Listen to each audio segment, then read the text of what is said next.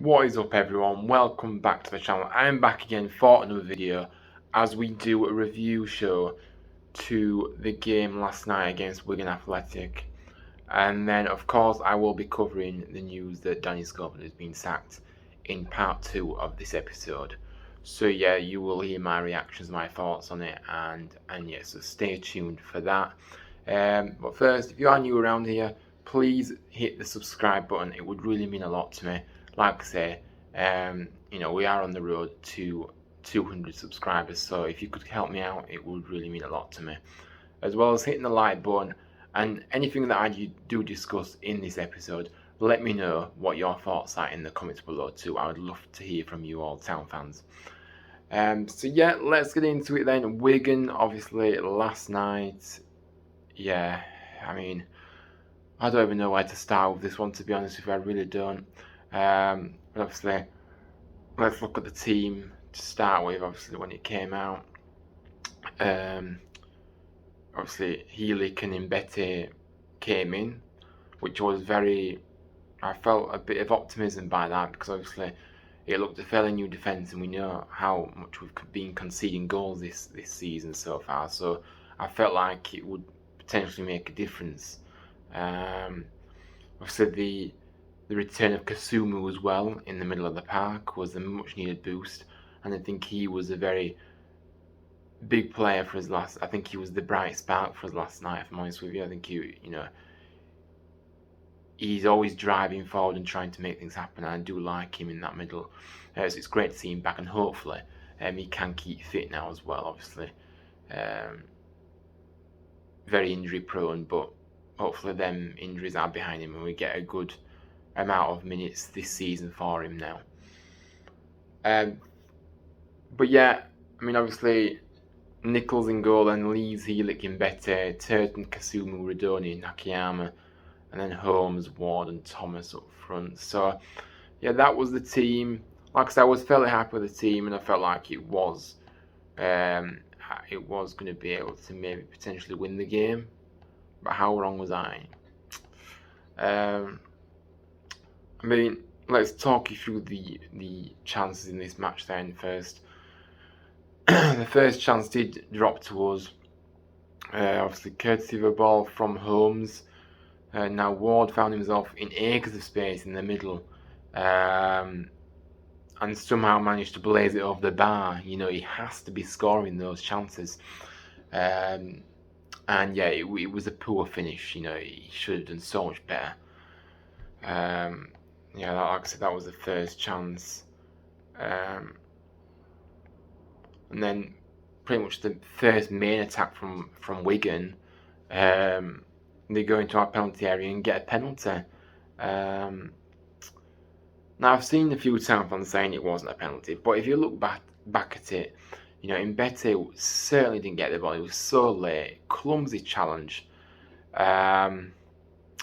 And yeah, you've got to stay on your feet as well in that moment too. Don't go to ground unless you can perfectly time that challenge. It's as simple as that. And he didn't, so the referee gave a penalty. A soft goal to concede, and like I said, to put us behind. It was just awful. It really was.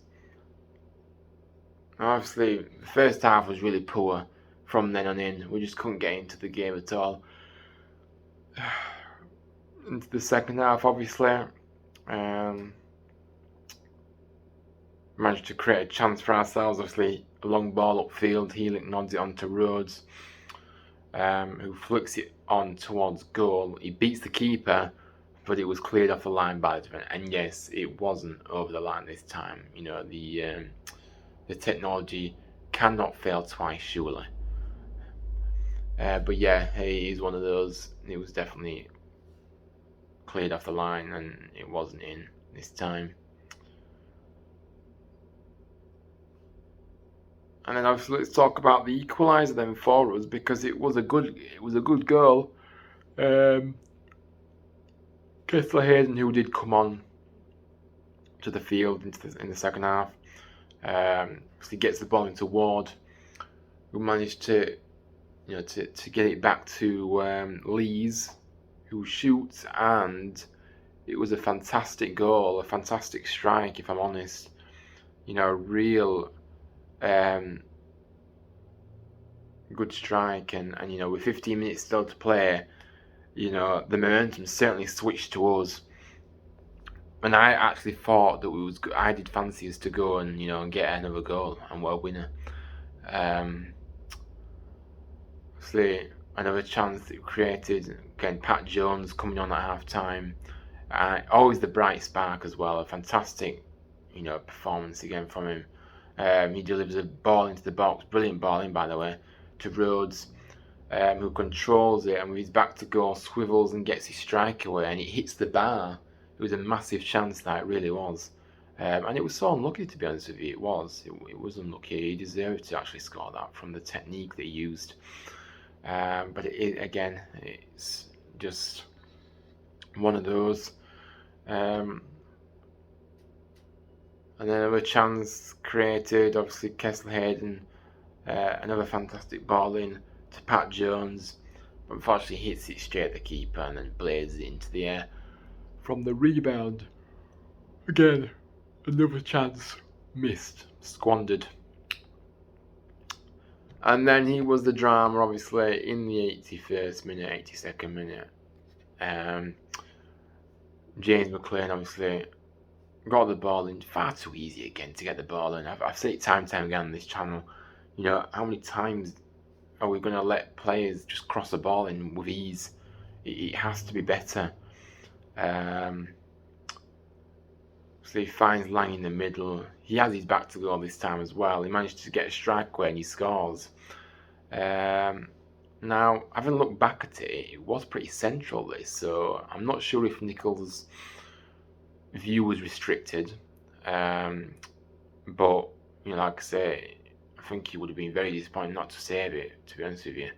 I know it was from a distance that maybe, but still, a routine save for someone like Nichols, and I don't know. I just think that maybe you could have done better. But again, I'm not excusing the defending for this one either. Just sort of poor to allow that to happen. We had momentum before that goal, but on the run of play again, we get caught, and you know we're made to pay for it. Obviously, Wigan see out the win, which, yeah, it's adds another loss to the tally, unfortunately for us. Actually got 7 losses from 9 at the moment, which is just shocking. It really is. I mean, let's talk about the key points that I've picked out in this one. Yeah, I mean, we had a number of chances, didn't we, in this game, but we were just really wasteful, and we were made to pay for that, you know. It's always the case. If you don't take your chances, you do rue them chances missed, and that was the case here. I think defensively, again, we're still very shaky. I think, you know, from everybody's point of view, not just my own, I was hoping that obviously Mbete and Healy coming in would make a massive difference and really shore up that defence, but it didn't seem to be the case, unfortunately. I know it's still early days, it's only their first game, but yeah, I mean, it's just been the same mistakes again. And, you know, they just didn't impose themselves enough for me in defensively. I mean, you can look at the stats all you want, but like I said, the only stat that counts is the scoreline. Wigan took their chances, as simple as that. It's as simple as that. It's no good saying we had more possession, we had more shots, we had more this. We're just wasteful in front of goal, and, you know, possession-wise, most of our possession was along the back line because we didn't seem to be moving ahead. You know, there was no movement ahead, and so yeah, that really doesn't mean anything or doesn't strike anything to me that makes me feel all positive, because we had the better of the majority of the stats, because it counts for nothing. Like I said, Jones, another bright spot when he came on for Thomas at half time. And Kasumu, it was good to see Kasumu back, like I said earlier. I think he was really solid in the middle of the park, to be honest with you. I think he was great. And yeah, it'd be good to see him get everyone in the side now, hopefully injury free, and see what it can do, and see what it can, you know, you know, develop, really develop as a player as well. And he's still young, and yeah, it's really promising signs. But like I said, we just need to keep him fit. That's the reality of it. I mean, my reflections, like I say, I know it's disappointing loss. This one, it really is frustrating at the moment. It really is hard to take. Like I said, 7 losses from now, it really is worrying. Coming to this week, we had 2 big games against sides, which will likely be hovering around the mid-table mark. Let's be honest. Come the end of the season, and we still couldn't break down a Wigan side who were, average at best. They weren't anything special in my opinion, but we just couldn't get near them. Like I said, at the time of this thing, I was kind of thinking to myself that the clock was ticking for Schofield. And like I said, I don't like saying that because they say he's a great guy and fantastic player for us, but it just isn't working. We need points desperately, and right now I don't see where our next point is coming from. That's the problem. But obviously that was before we heard the news this morning, which we'll get into very, very soon. I mean, yeah, final point in my reflections part. I mean, when I've been looking out onto the pitch, these past, from the very first game, I think to myself, these players don't seem to know what they're doing with it. They don't seem to know what to do with it either. There's no clear direction or purpose of our play. We just aren't improving at all. It seems to be getting worse, and this did seem to be the final straw that Schofield had. Unfortunately, this result cost him his job, obviously. So yeah, I'm gonna go on to the part 2 now. Obviously, another frustrating loss just to cover it, and yeah, I mean, again, we have to regroup and go again, but it is just really bleak at the moment, and we can only hope it improves.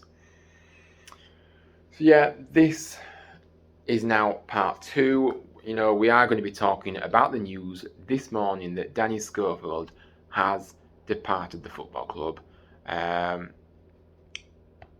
This, like I said, this come as no surprise to me at all, to be honest with you. I think that, it is one of those, it's just, it's difficult, isn't it? Because, Schofield's a great guy, I'm absolutely gutted that it hasn't, worked out for him. But the reality is he wasn't ready for this. He wasn't ready for this job.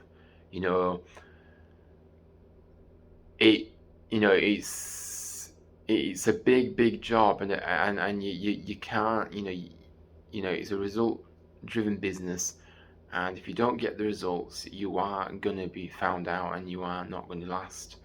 But yeah, I'm time was ticking. Like I said earlier, it was time for a change. Sadly, I have no pleasure in saying that, by the way, because like I say, Schofield, he loves the club, and you can tell the club's at his heart as well, because obviously he did play a big part in our history in terms of playing for us as well. And it wasn't for the, he did try, he tried his best, but like I said, tactically it was questionable at times, and yeah, I just don't think he was ready for the job, like I said earlier. And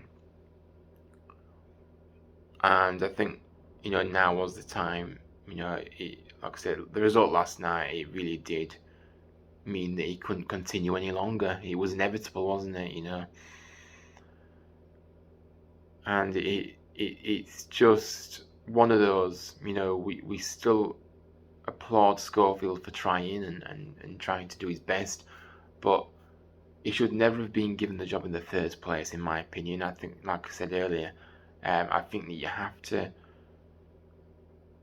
I'm not saying he can't be a good manager in the future, but I just didn't think he was good enough for this role at this time. and it is one of those. It's a difficult situation. We're in a difficult moment. We need points. You know, we can't afford to be.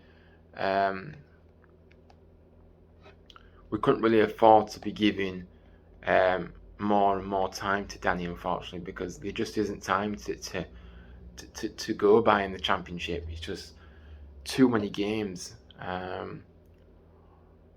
Now, obviously, I'm just going to read the statement from the club this morning, wasn't it? It was this morning.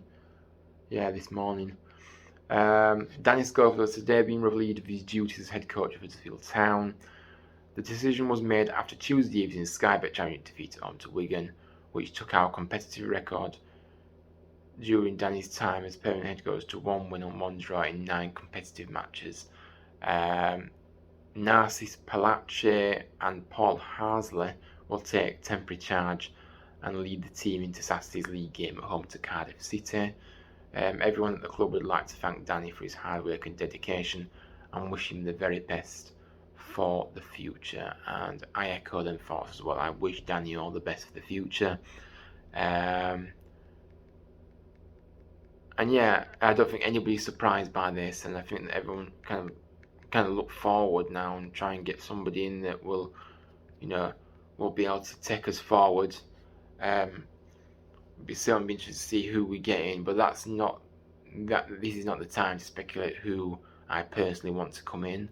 I think we have to give respect to Danny here, and obviously probably give my thoughts on who I'd like to be the manager in the next video, which is coming on Friday, as we preview the Cardiff City game, of course. But yeah, it is one of those. We are about to start a new era with a new coach very soon. I expect that appointment to be made during the international break. Give the manager some time to work on the training field before the next fixture, of course. So yeah, guys, if you do like the video, please hit the like button. It would mean a lot to me. You can subscribe to the channel as well. It would mean a lot to me as well. As we are on the road to 200 subscribers, so please help out. It would mean a lot.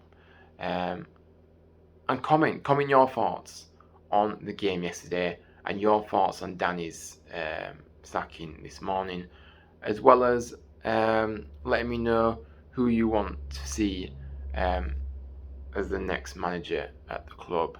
But yeah, thanks for watching, everyone. Have a good rest of the week. I'll be back on Friday, like I said, for another video.